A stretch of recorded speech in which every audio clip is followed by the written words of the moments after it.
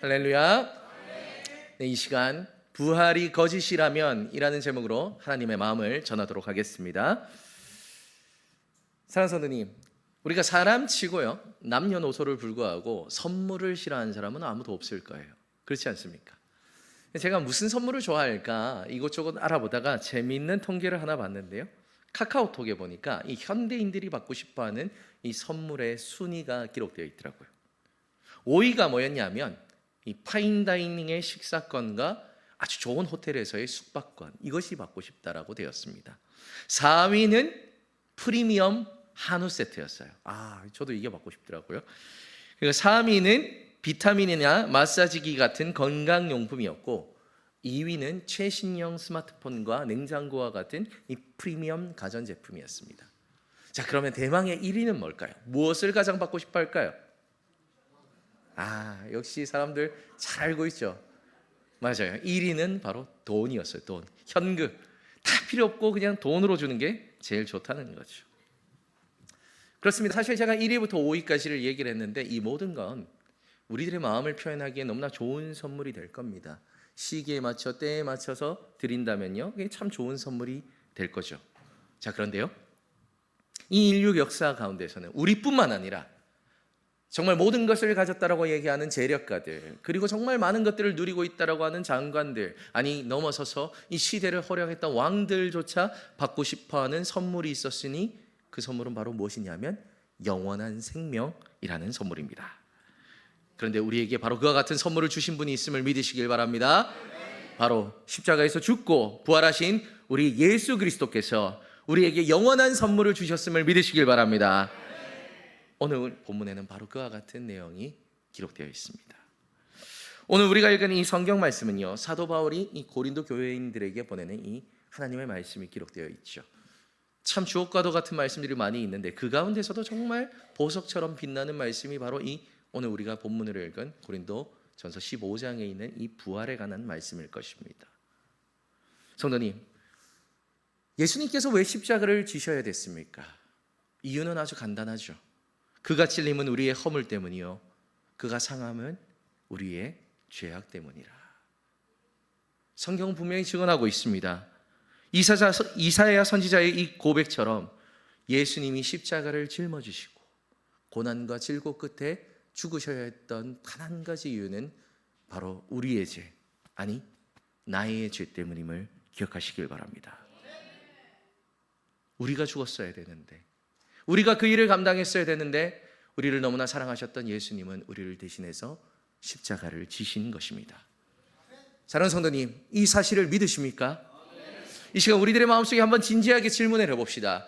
예수님께서 이 땅에 오셔서, 그 전능하신 하나님이신 예수님께서 인간의 몸으로 이 땅에 오셔서 그 모진 고통을 감내하고 십자가를 짊어지시고 못과 창에 찔려 돌아가셔야 되는 그 이유가 우리를 구원하기 위함, 아니 나를 구원하기 위함이라는 그 놀라운 사실을 정말 믿으십니까? 그렇습니다.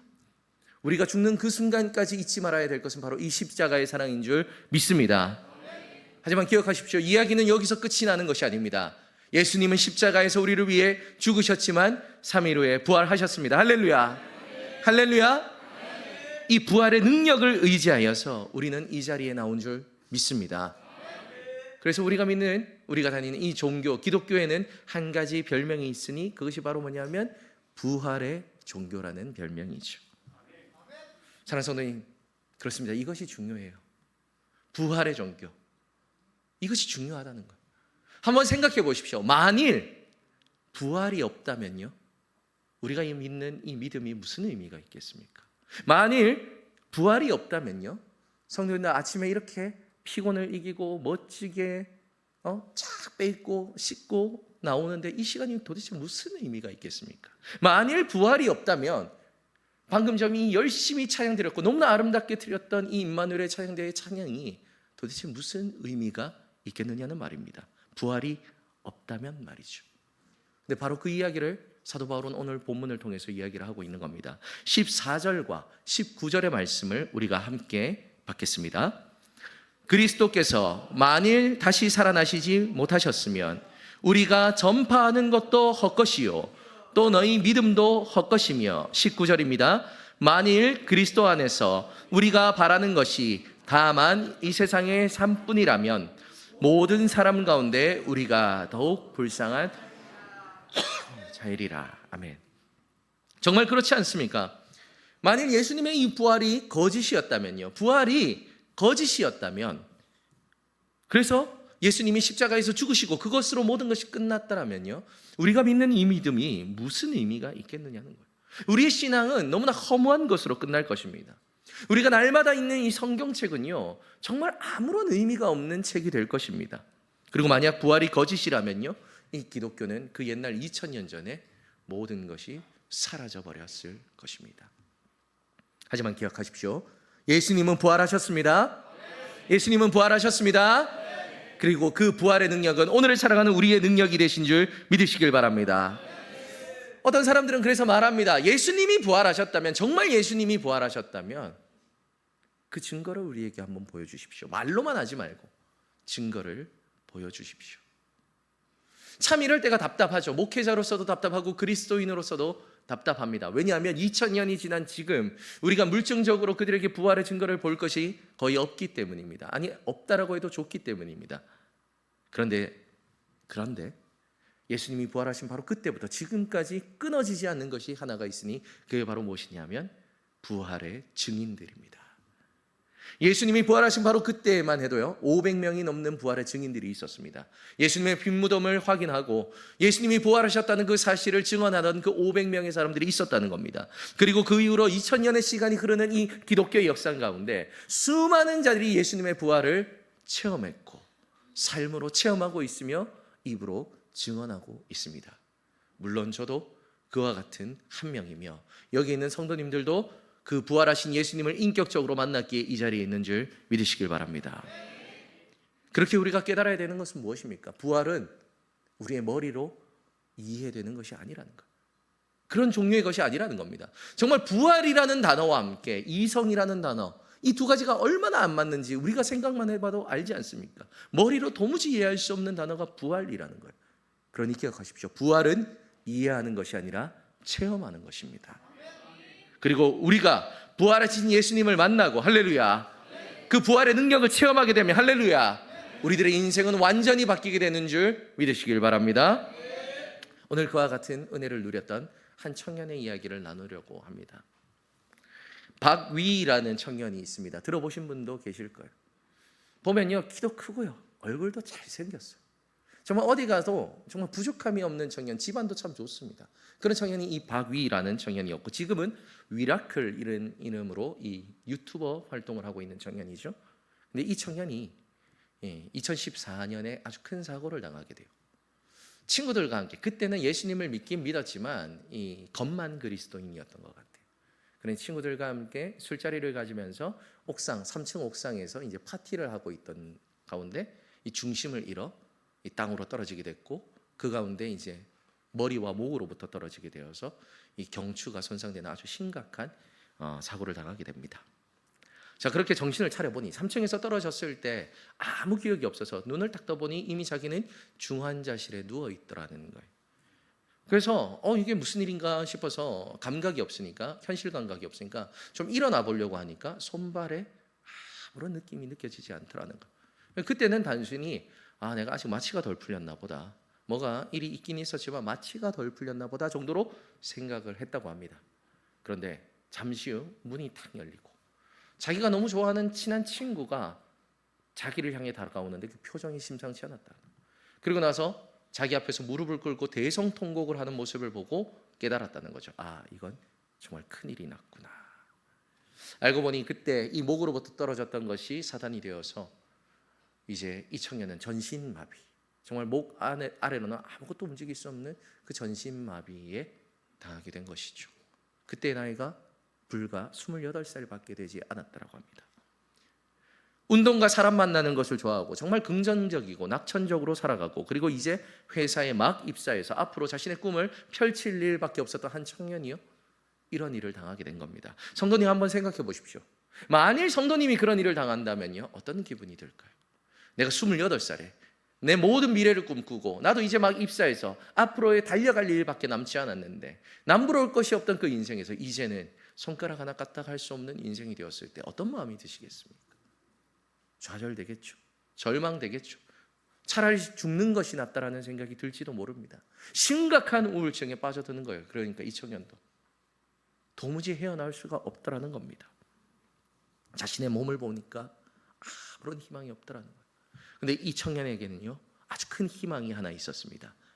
그것이 무엇이었냐면 그 청년은요, 그럼에도 불구하고 하나님을 믿고 있었다라는 겁니다. 그러니 어떻습니까? 부활의 능력을 믿는 그리스도인이었으니 이 청년에게 이 부활은 너무나 큰 소망이 되었다라는 것이죠. 그리고 이렇게 간절히 간구하는 청년을 하나님께서는 만나주시고, 할렐루야, 예수님이 부활의 소망을 부어주신 줄 믿으시길 바랍니다.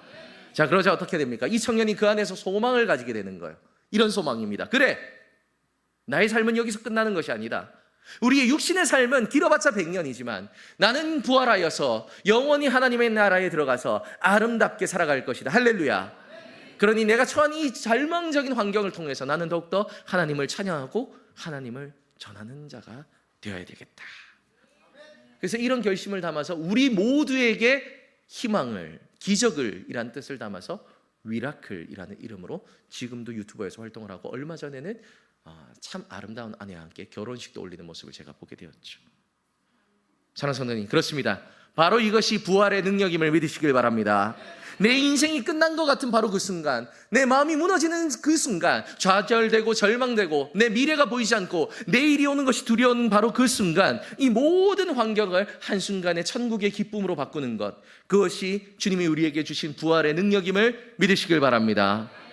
그렇게 예수님의 이 부활의 능력을 맞은 사람들은요, 모두 이와 같은 고백을 하는 거예요. 어떤 성도는 이렇게 고백을 합니다. 내 인생이 정말 쓰레기 같았는데 예수님의 부활의 능력을 만나게 되니 그 모든 죄악의 문제가 해결되었다. 할렐루야. 어떤 성도는 이렇게 말합니다. 내가 일평생 사람들이 두렵고 그리하여서 세상 밖으로 나가는 것이 두려워서 일평생 집 안에만 갇혀 살았는데 예수님의 부활의 능력이 나를 소망을 가지게 하였고 사람을 바라보게 하였고 내가 이 땅 가운데 힘있게 살아가게 하였다. 할렐루야. 어떤 사람은 이렇게 얘기를 합니다. 내가 일평생 도저히 용서할 수 없는 사람이 있었는데, 자신의 부모, 나를 평생 두들겨 패고 학대했던 그 부모 용서할 수 없었는데 예수님을 믿고 나를 죽기까지 사랑하시고 부활하신 그 부활의 능력이 내 안에 들어오자 나는 이제 그분을 용서할 수 있을 것 같다. 아니, 이미 용서하였더라.